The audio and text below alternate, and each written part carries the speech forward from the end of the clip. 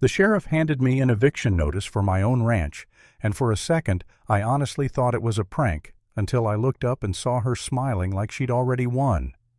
200 acres my family's worked since 1924, and this woman in designer heels was telling the law it reverted back to her HOA. I'm standing there with a mug of coffee still warm in my hand, diesel from my cattle truck hanging in the cold morning air, while she points at my land like it's an unpaid parking ticket. My name's Mark Bennett. 57, retired petroleum engineer, 30 years of pressure curves and failure points, and I moved out here thinking the only pressure I'd have left in life was whether the pasture grass would survive July. My wife Lisa and I bought Cedar Hollow Ranch 15 years ago as our quiet endgame oak trees wind cattle lowing at dawn, the kind of silence you can actually hear. Then cancer took Lisa 18 months ago, and the medical bills hit like a landslide. I kept the ranch running on routine and stubbornness and the weird habit of talking to her photo every morning over coffee, like if I kept the words coming, I could pretend she was still listening. That morning, I just said, "Morning, sweetheart." We made it through another one when I heard the crunch of tires on gravel. I stepped onto the porch and saw a white SUV, too clean, too glossy, parked next to my beat-up Ford, like a yacht docking beside a rowboat. Out stepped a woman who looked like she'd been assembled by a corporate boardroom. Perfect blonde hair, crisp blazer, sunglasses that probably cost more than my monthly feed bill. She didn't even hesitate. She walked straight up my porch steps, heels clicking like a metronome, and held out a manicured hand. "Mr. Bennett," she said, voice sweet in that way that makes your skin crawl. "I'm Tiffany Caldwell, president of the Maple Ridge Homeowners Association. We need to discuss your property situation."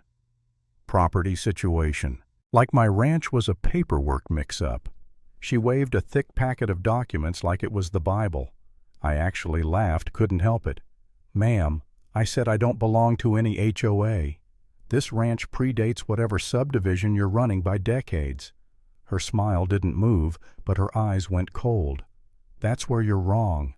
According to our master development agreement, your land was illegally subdivided from Maple Ridge community property.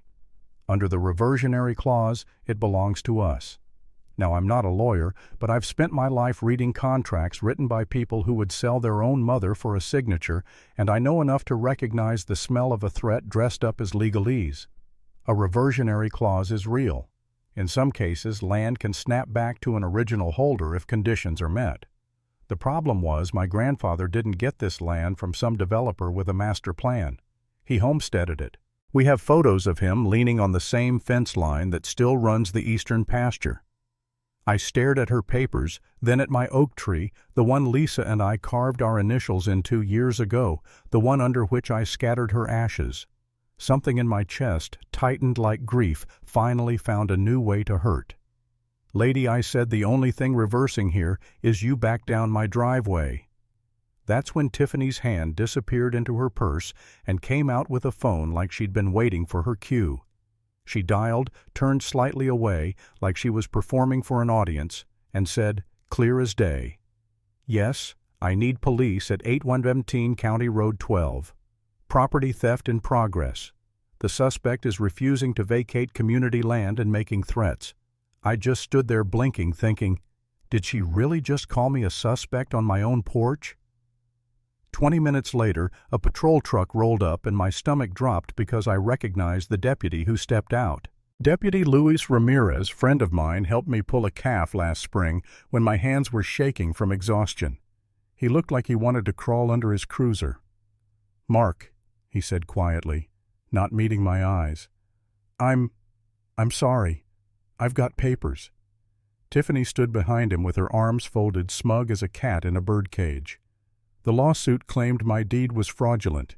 It said my ranch violated something called a master development deed restriction, like my land had ever been part of their plan. And then, like the universe wanted to twist the knife, the sheriff's office followed up a few days later with a formal 30-day eviction notice stamped and signed, as if my family's legacy could be reduced to ink and a deadline. I sat at my kitchen table that night with the notice spread out in front of me. Lisa's photo, watching from the counter, and the house felt bigger than it ever had. Empty in a way that wasn't just grief anymore. It was fear. Real fear. The kind that makes you start doing math in your head at 2 a.m. How much do I have left? How long can I fight? What happens if I lose? And here's the part I hate admitting for a moment. I wondered if I'd missed something, if there was some stupid technicality buried in decades of filings that could actually take this from me. Grief does that. It makes you doubt your own reality. It makes you vulnerable to anyone who speaks confidently enough. Tiffany knew it too. She leaned into it like a crow picking at a wound. She filed for an emergency injunction. She went to the local news, framed herself as the community leader protecting homeowners from an unstable rancher. A TV crew showed up to film her standing at my cattle gate pointing at survey stakes like she was narrating a nature documentary. "This land is essential to the integrity of Maple Ridge," she said into the camera, all solemn. "We cannot allow illegal occupation." Illegal occupation. My cattle were literally chewing cud behind her like, "Ma'am, we have been here." Then the Judge Harmon, granted a temporary restraining order based on community safety concerns. Just like that, I was locked out of the eastern half of my own ranch. That's where my water well was. That's where my equipment barn was.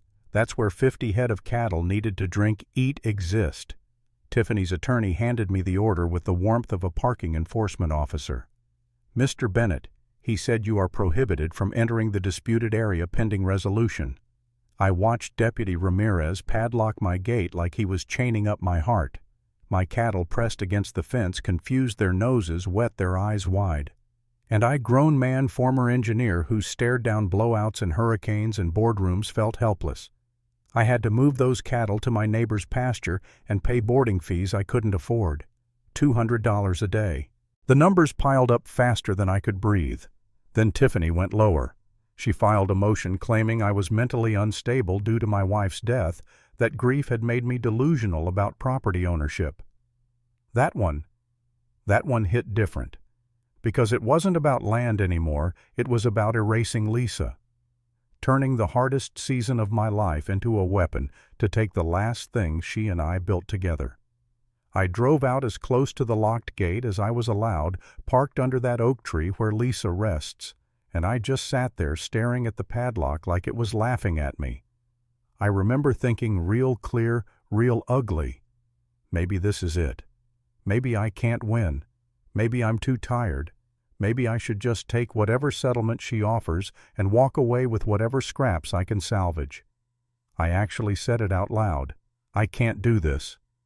The wind moved through the leaves, and for a second I swore I heard Lisa the way I used to, soft but firm. "Don't you dare. Fight for what's right, even when it's hard." That's when I did what I should have done from the start. I called a lawyer. Not some slick city firm, I couldn't afford that. I called Ryan Keller, the only property attorney within 50 miles, who didn't charge like he was billing the moon. His retainer was $5,000 money I didn't have until my neighbor Hank Willis co-signed a loan against his tractor because he looked me dead in the eye and said, "If they can do this to you, they can do it to any of us." Ryan spread Tiffany's paperwork across his desk like he was defusing a bomb. He didn't talk for a long time. Then he tapped a deed number and frowned. "Mark, this is either the most sophisticated fraud I've ever seen, or you're in serious trouble." We went to the county courthouse basement where the old records live, dusty shelves, yellowed plat maps, the smell of paper older than my retirement plan. We found the clerk, a sharp woman named Mrs. Alvarez, who'd been filing documents since before I had gray in my beard. Ryan asked her about the deed number Tiffany referenced. She squinted, then shook her head slowly. "Honey," she said, "that number was never assigned. We skipped it decades ago because of a clerical error. Been that way ever since." Ryan and I looked at each other and my spine got cold. Fake. It was fake. We pulled the original subdivision plat maps from the 1960s pages, cracking like dried leaves, and there it was in black lines and faded ink. Maple Ridge was plotted around existing properties, including my ranch. Not inside it. Around it. Tiffany's entire claim depended on rewriting history with a printer and a smile. The next night, fueled by something that wasn't just anger anymore, something sharper, I dug through the old survey folder Lisa kept. She had handwriting like patience itself. She'd documented fence posts, boundary markers, even the stupid little mesquite tree that always scratched my truck. It was like she'd left me ammunition. I called Ryan. "File to dismiss," I said, "and ask for sanctions." Tiffany didn't back down. She escalated. She tried to manufacture evidence. I installed trail cameras along the disputed fence line, hidden in posts, tucked into trees, and 2 nights later the footage came in Tiffany's crew on my land at 2 a.m., digging holes, planting survey stakes, like they were burying the truth. Trespassing. Evidence tampering. Ryan watched the clip and muttered, "Oh, she's done." But she kept doing it anyway. She even produced security footage showing my truck aggressively near the fence line, time-stamped during a time I was at the feed store. It was clumsy, like she thought people wouldn't notice shadows falling the wrong direction. We hired a forensic document examiner from Austin, Dr. Nina Harper. She put Tiffany's maps under specialized light, ran digital metadata checks, and looked at me over her glasses like she was offended on behalf of science. "Mr. Bennett," she said, "whoever created these doesn't understand how GPS coordinates work. This historical map references satellite data that didn't exist until the mid-1990s. And the surveyor's signature, it's copy-pasted." I felt something in my chest unclench for the first time in weeks. Truth was solid. Truth had weight. Tiffany's whole world was made of paper and arrogance. Then 3 other ranchers called me. Same story, same woman, same claim about illegal subdivision. It wasn't just me, she was targeting anyone near Maple Ridge who looked like they couldn't afford a long court fight. That's when my engineer brain finally snapped into place. This wasn't a property dispute, this was a system, a machine, and Tiffany was feeding it. The twist came when a friend of mine, old colleague from the oil fields, mentioned his daughter worked in federal financial crimes. I'd never thought I'd be the guy talking to the FBI, but Tiffany had already tried to bury me in legal fees and public humiliation. So I took my stack of documents, my trail cam footage, Dr. Harper's report, and I met Special Agent Elena Cruz at a truck stop outside town, because apparently that's how real life works when it stops pretending to be normal. Agent Cruz wasn't impressed by Tiffany's fancy language. She flipped through the evidence, asked a few pointed questions, and then said, "If what you're describing is true, this crosses into systematic fraud, possibly racketeering." I swallowed. "She's just trying to steal my ranch," I said. Agent Cruz's eyes stayed steady. "No," she said. "She's using your ranch as leverage. The question is, what is she really hiding?" 3 days later, Agent Cruz called me, and her tone was different. Tight, focused, almost satisfied. "Mark," she said, "Maple Ridge Homeowners Association isn't registered with the state. There's no corporate charter, no legal standing." I sat in my truck outside the feed store staring at the steering wheel like it had answers. "So how is she collecting fees?" I asked. Agent Cruz exhaled. "That's the thing. She's been collecting them anyway, from over 300 families, for years. We traced the money. Around $2.9 million routed through accounts she controls. Fees for a community pool that doesn't exist, security patrols that were never hired, landscaping contracts that never happened, the lawsuits against rural landowners like you. It's a credibility play. She needs to look official to keep the residents paying." My throat went dry. All this, my grief, my fear, the padlocked gate, the news cameras was part of her smokescreen.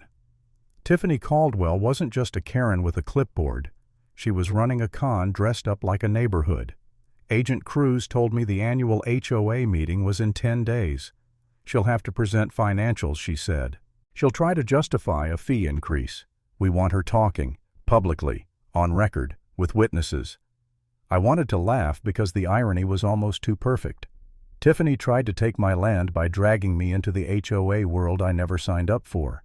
And now the HOA world was about to swallow her whole. The night of the meeting, the Maple Ridge Community Center was packed, families shoulder to shoulder, restless, anxious, frustrated about rising fees and rumors. News crews hovered at the doors like sharks smelling blood. I sat in the back, heart thudding, palms damp, feeling like I was about to walk into a blowout I couldn't control. Tiffany strode to the podium in a power suit so expensive it practically announced itself. She smiled at the crowd like they were her employees. "Welcome," she began, voice smooth. "Tonight we'll review finances, discuss necessary fee adjustments, and address ongoing security concerns." Then she looked straight at me and said, "Our first order of business is removing Mark Bennett from community membership due to property violations and threatening behavior." A murmur ran through the room. I stood up. My legs felt heavy, but my voice came out steady. "Point of order, Tiffany," I said. "I'd love to address that." Her smile sharpened. "Mark has no standing here," she snapped. "His property doesn't even belong to him." There it was on record, in front of everyone. Exactly what Agent Cruz wanted. I walked forward slow like I had all the time in the world. "That's an interesting claim," I said, and I heard my own voice, half anger, half disbelief. "Since we're talking ownership, can you tell these families where their $850 a month actually goes?" Tiffany didn't miss a beat. "Community services," she said. "Pool maintenance, security patrols, landscaping, legal representation." I cut in. "What's the address of the community pool?" Silence hit the room like a dropped hammer. People looked at each other, blinking like they'd just realized something they'd been ignoring for years. Tiffany's face flickered just for a second. "The pool is in planning stages," she said quickly. "Planning stages," I echoed, letting the words hang. For 12 years, a few people laughed. Nervous, sharp laughs. Tiffany's cheeks tightened. I pointed around the room. "Where are these security patrols? Who here has ever seen them?" A man near the front shook his head slowly. A woman whispered, "We've never had security." Tiffany tried to steamroll. "Mark is attempting to disrupt official proceedings." I reached into my pocket and pulled out a small remote Agent Cruz had given me. Behind Tiffany, the projector screen flickered to life. The first image was a bank statement with her name on it. Then another. Then another. Lines of deposits, hundreds of them, monthly payments from residents flowing into accounts she controlled. A murmur grew into a roar. "Those are forged!" Tiffany shouted, voice cracking. "He's framing me!" That's when the community treasurer, an older woman named Carol Jensen, stood up, trembling, holding a folder so tight her knuckles were white. "They're not forged," she said, voice shaking but loud enough to cut through the noise. "I've been keeping the real books for 3 years. Tiffany told me this morning to present false reports. She hasn't spent $1 on community services. Not one." The room erupted. People stood shouting questions, demanding answers, faces red with betrayal.